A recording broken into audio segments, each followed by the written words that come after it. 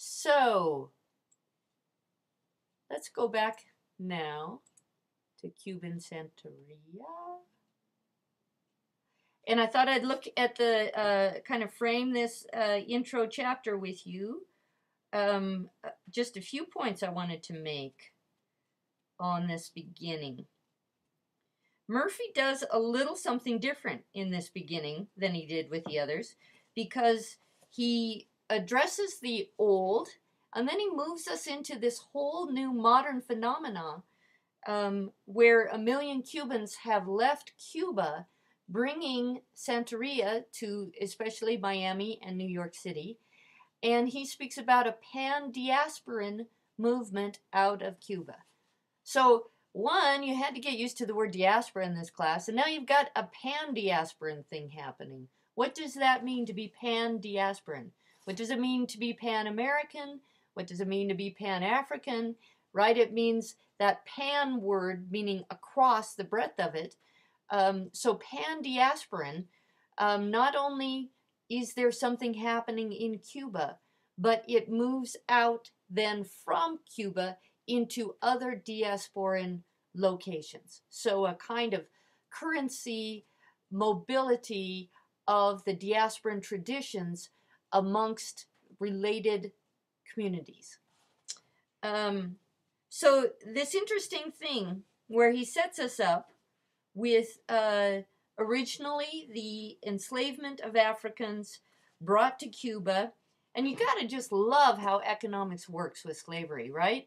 So once the Haitian slaves successfully fight their revolt, Europe doesn't want anything to do with them. The United States doesn't want anything to do with them. They shut down trade to Haiti in order to punish the slaves for having successfully won their freedom, because they don't want any of this news to be getting around. And if they can shut down, if the slaves in Haiti can fail economically, that will help reduce the fire of what their victory could have inspired across the diaspora. So, the United States quits trading with Haiti, Europe quits trading with Haiti, and they got to go somewhere else. They've lost a place where they were making a ton of money in the exploitation of slave labor.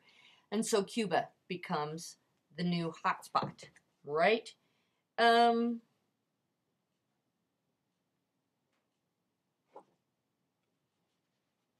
We've covered the pan-diasporan.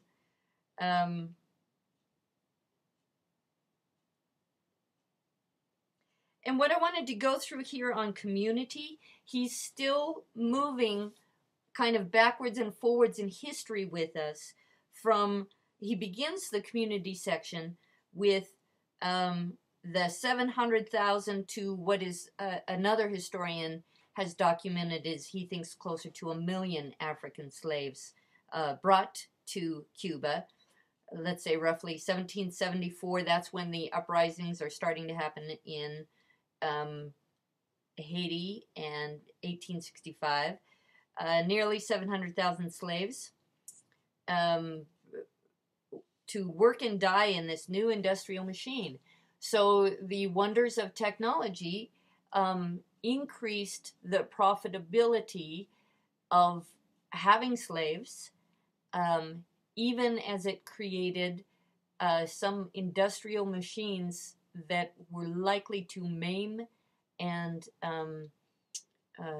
since nobody was concerned so much about the life of the slaves, the technology was developed to exploit further the slave labor.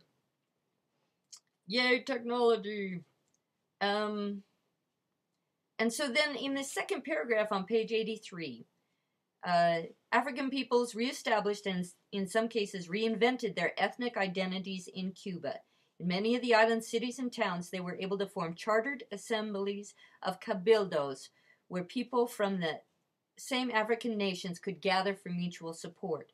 So we found this everywhere, that one of the early things that needs to happen is, where is it in the world of slaves that any kind of social gathering can happen? In the case of the Terreiros in Brazil, it took the capital of freed slaves to actually buy real estate to create the terrejos, which would become the safe space at which people could gather, right? The atabaque, those public drumming circles, get recognized by the Brazilians as, ooh, you know, dangerous, we've got to shut these down because it's creating a social space in which people can gather. In the case of Cuba, it is these cabildos, and they're approximately 16 nations then that are recognized at one point in Havana in the 1880s, at the time of emancipation. So 16 different nations had happened. But he goes on to say that while some of those names are still current, they are more of what he describes, they've become liturgical rather than ethnic descriptions. So back in 1880, you might have still known that you were Lukumi. You might have known that you were much more central Nigeria and not southern Nigeria. And so you wanted to go to the Cabildo that was more the people closer to your regional affiliation. You would have still had a blood and memory tie to a specific African nationhood. In this contemporary developments, let's say in the last 100 years of Santeria, people are, to describe it as a liturgical purpose means that it's an organizing term rather than a term of ethnic identity. So I go there because my accountant friends also go there, and we're Lukumi, right? So the word Lukumi has taken on a new meaning. You're belonging there because of the attraction, whatever the attraction to the Mais, the mothers, the fathers, the grandfathers, the godfathers, whatever it was that brings you into that family, that's not an ethnic, regional identification so much as they're calling it a liturgical role, because it doesn't, now it means my new family. It doesn't mean because I'm from this nation. And then on 84, it goes into the fact that the cabildos, that social space, has transformed over time. Rather than people gathering in the social space of the cabildo, now it's reduced down to the ile, the house, right? So it's moved into a more intimate setting and more family-oriented idea, rather than in the 1880s that larger national identification and a larger social space. And so I'll let it go there. Hope everybody's doing all right, and please don't hesitate to contact me if you're trying to figure out something like how to do class live. Between me and that 24/7 tech line, there should be nothing preventing you from being able to do it. And then if there are regional centers that can get you a microphone or gear that you don't actually own but you can use, that's great. All right, bye.